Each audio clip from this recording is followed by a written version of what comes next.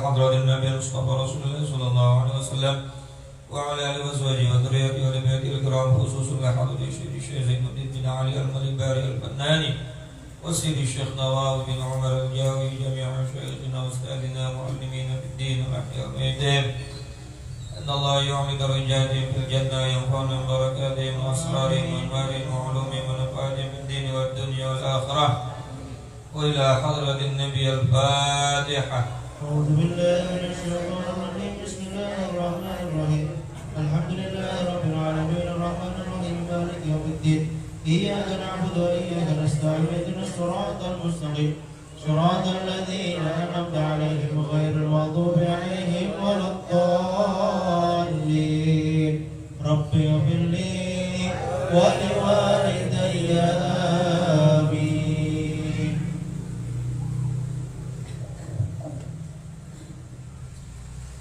Bismillahirrahmanirrahim. Qala al-musannif rahimahullahu ta'ala wa nafa'na bi'ulumihi wa amadna bi asrarihi fid dharaini amin.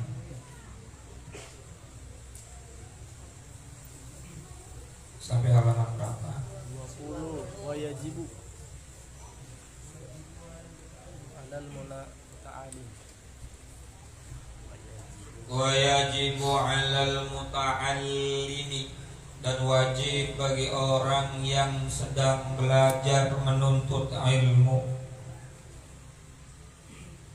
Kalau wajib artinya dikerjakan dapat pahala, ditinggalkan dosa. Berarti setiap orang yang menuntut ilmu wajib yang pertama ayyanuwiya bitahsilil ilmi, berniat dalam menghasilkan ilmu untuk ridha Allah Subhanahu wa ta'ala. Saat belajar itu nggak ada tujuan lain kecuali hanya pengen dapat ridhonya Allah. Wadarul akhirah, dan mengharapkan negeri akhirat. Dari rumah ke sini niatnya pengen dapat ridha Allah dan pengen selamat di akhirat. Yang ngajar juga sama, itu nggak pengen apa-apa kecuali cuma dapat ridha Allah dan selamat di akhirat. Kemarin udah kita bahas 2 minggu yang lalu. Kalau kemarin mah yang ngaji saya lihat dari kuku sedikit. Ulang lagi. Kan ada ustaz tanya kemarin lagi.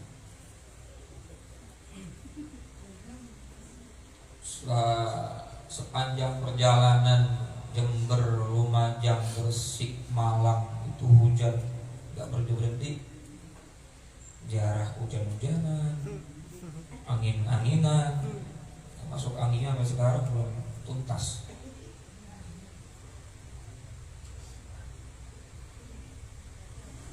Nah, jadi kalau ngaji itu niat yang pertama adalah mengharapkan ridhanya Allah Subhanahu wa ta'ala.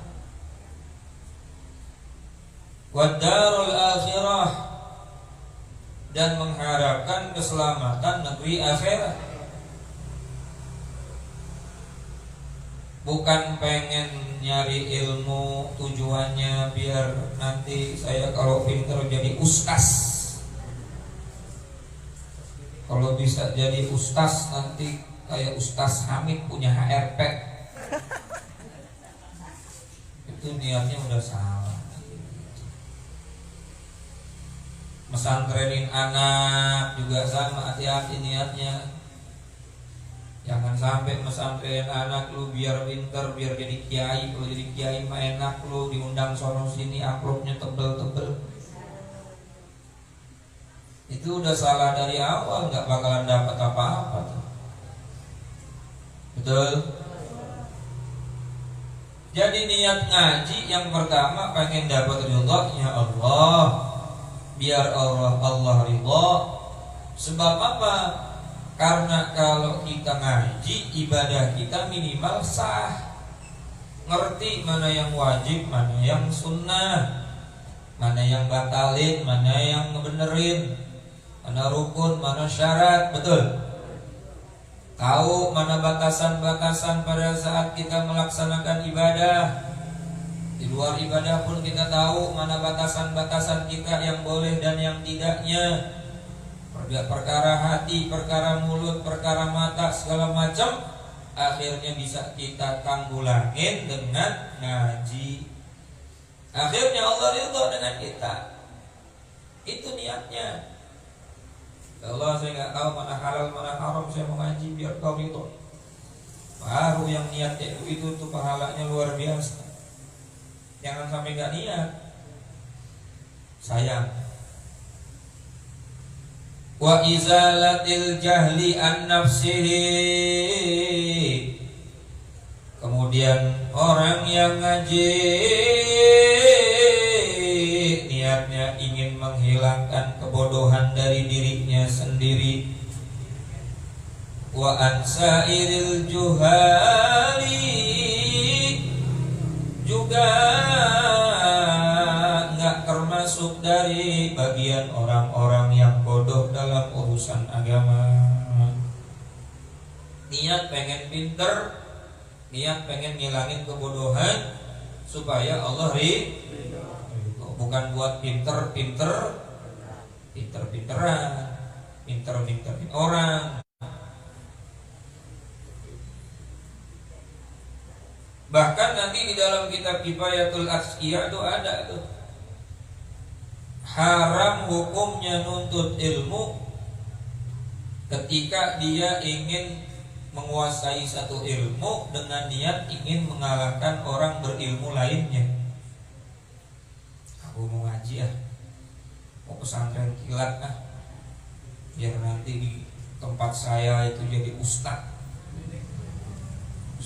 bledek, biar saingan sama ustadz yang lain. Nah kalau niatnya udah kayak begini, kemudian si ustadznya tahu tuh, pas ditanya ngapain mang kesini, mau ngaji. Ngaji niatnya apa? Biar pinter. Tujuannya mau ngalahin ustadz di tempat saya. Haram hukumnya si ustadz itu mengajarkan ilmu agama kepada orang tersebut, karena memang niatnya udah salah. Ini bukan buat pinter-pinteran ngaji mah, buat memperbaiki diri biar dapat ridha Allah. Jangan saing-saingan, majlis taklim saing-saingan, karena ada. Wa ihya'uddin, dan niat untuk menghidupkan agama. Karena tanpa ilmu agama mati pada hakikatnya, betul kan? Satu keluarga gak ada yang tahu tata cara mandi junub, itu agama mati di keluarga tuh. Satu keluarga gak ada yang bisa baca Quran, mati agama di keluarga. Satu keluarga gak ada yang tahu tata cara sholat, itu hakikatnya dia sudah mematikan agama. Tetapi ketika tahu ilmu, tahu hukum A, tahu hukum B, tahu cara ini, tahu cara itu, maka hakikatnya dia menghidupkan agama dalam dirinya sendiri, minimal dalam keluarga.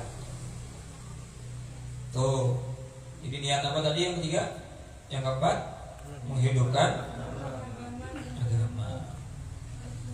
Wa ibqa'il islami bil ilmi, dan yang terakhir niat ngaji pengen melanggengkan, mempertahankan Islam dengan ilmu. Mempertahankan Islam dengan ilmu. Karena agama ini gak mungkin bisa bertahan tanpa ilmu. Gak mungkin.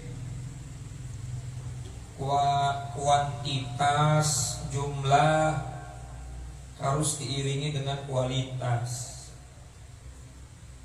Banyak jumlahnya orang Islam, tapi isi ilmunya gak punya. Akhirnya terombang ambing. akhirnya tidak bersatu, akhirnya tidak bisa memecahkan masalah. Jangankan dalam urusan selain agama, dalam urusan agama saja nggak bisa dipecahkan, padahal jumlah banyak. Sebab apa itu? Jumlah kuantiti tidak disempurnakan dengan quality. Nah, kita itu butuh bukan cuma kuantiti, tetapi juga kita butuh yang banyak itu kualitasnya ada. Yang minimal tahu dasar-dasar agama, tahu mana yang halal, mana yang haram, tahu mana yang harus dia lakukan dalam setiap hariannya. Nah, itu niat menuntut ilmu tuh. Yang pertama niat nyari ridha Allah, yang kedua mengharap negeri akhirat, yang ketiga ingin menghilangkan kebodohan, yang keempat ingin menghidupkan agama, dan yang kelima ingin mempertahankan Islam dengan ilmu. Pertahankan agama kita dengan ilmu. Kalau ilmu nggak ada, sedikit demi sedikit Islam akan tergerus, agama sedikit demi sedikit akan hilang, akan sirna. Agamanya Islam, nggak punya ilmu, nggak tahu murtad, nggak tahu kufur, nggak tahu perkara-perkara yang menyebabkan dia keluar dari agama Islam, tiap hari murtad akhirnya. Betul kan? Dia suuzon kepada Allah, dia buruk sangka kepada Nabi, dia tidak iman sama Quran, padahal agamanya itu sebab apa? Tidak memiliki ilmu. Maka niat menuntut ilmu, saya pengen menghidupkan agama dengan ilmu, mempertahankan agama dengan ilmu, minimal dalam diri kita sendiri. Nah, ini niat harus ada supaya kita dapat. Jangan sampai kita capek ngaji kemana-mana, pulang nggak dapat apa-apa sebab waktu berangkat nggak niat. Betul nggak? Coba ibu pikirin. Coba kalau saya nggak niat, nawaina kama nawaina aslafuna sholihin, pasti di rumah juga gak ada yang niat ke sini. Ya, betul nggak? Dari rumah juga nggak ada tuh nih. Ya Allah, saya niat mau hadir majlis ijo, pengen ngaji fikih, pengen baca ratib, yang ridho Allah, selamat akhirat, hidupkan agama. Ada niat kayak gitu? Allah, berangkat juga sambil main handphone, janjian sama teman, gue udah perawatan Senin, mau perawatan Jatinegara, ini Cupang. Ya, niat jangan lupa, walaupun nanti di sini niatin lagi di tauhid. Wa yanwiya bi syukra ala ni'matil aqli. Lalu dia berniat dengan menuntut ilmu adalah karena bersyukur atas nikmat akal, kesehatan badan, dan sehatnya badan.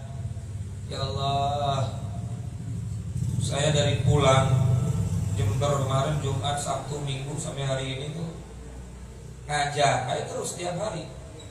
Jumat agak perih, Sabtu, padahal kondisi badan tuh lemesnya minta ampun. Dikerokin 2 kali, tem terus. Saya cuma mikir gini, ya badan sehat itu untuk apa lagi kalau bukan buat ngaji, kalau bukan buat ibadah. Kalau udah kerasa kagak enak, mau ngaji susah. Kalau badan udah kerasa sakit, mau ngaji susah, mau ngapa-ngapain. Mumpung sehat, niatin ngaji buat ibadah, buat sehat badan.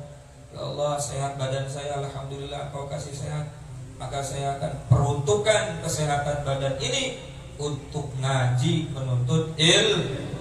Ya Allah, Engkau memberikan saya otak, akal yang cemerlang, akal yang tidak PA, akal yang tidak oblak, enggak kurang seon. Maka saya bersyukur dan saya akan gunakan untuk nyari ilmu itu.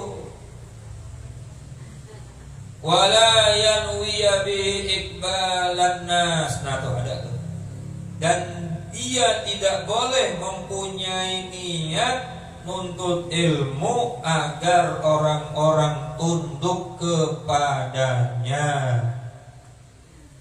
Ya, sobet kapur ini mah.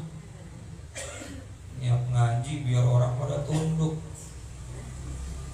Nanti gua kalau udah kelar pesantren kilat orang pada cium tangan gua bilang balik. Wala yanwiya bi'ikbalun nas ilaih.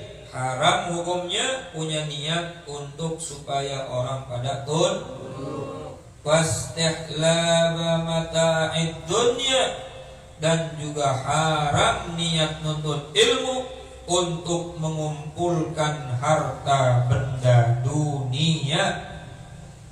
Ntar kalau udah pinter, udah jadi ustaz, punya pesantren, kotak amalnya bikin 30. Dikit-dikit proposal, dikit-dikit proposal, dikit-dikit proposal. Udah niat kayak begitu dari awal sampai apa? Jangan, nggak boleh.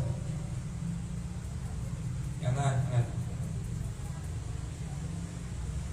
Wal ikramu inda sultani wa ghairih, dan gak boleh dia punya niat agar menjadi mulia di hadapan para penguasa dan orang lainnya. Karena kalau udah jadi kiai, pakai gamis, udeng-udeng, sorbannya kayak Batman, Pak Kapolsek, Pak Kapolres tunduk, nggak bisa begitu, niat nggak boleh begitu. Udah pokoknya niatnya aja buat diri sendiri. Seandainya Allah mempercayakan kita manfaat buat orang lain, maka terima saja itu kepercayaan Allah sambil kita berdoa semoga Allah menjaga diri kita untuk terus tawadhu, rendah diri, tidak sombong. Untuk niat ngaji masa satu buat memperbaiki diri mendapatkan ridha Allah. Awas, jangan punya niat agar orang lain tunduk padanya. Jangan punya niat agar dia bisa mendapatkan urusan dunia. Jangan punya niat agar dimuliakan oleh penguasa. Syu'batut tsaminata asyara, wallahu a'lamu bis-shawab.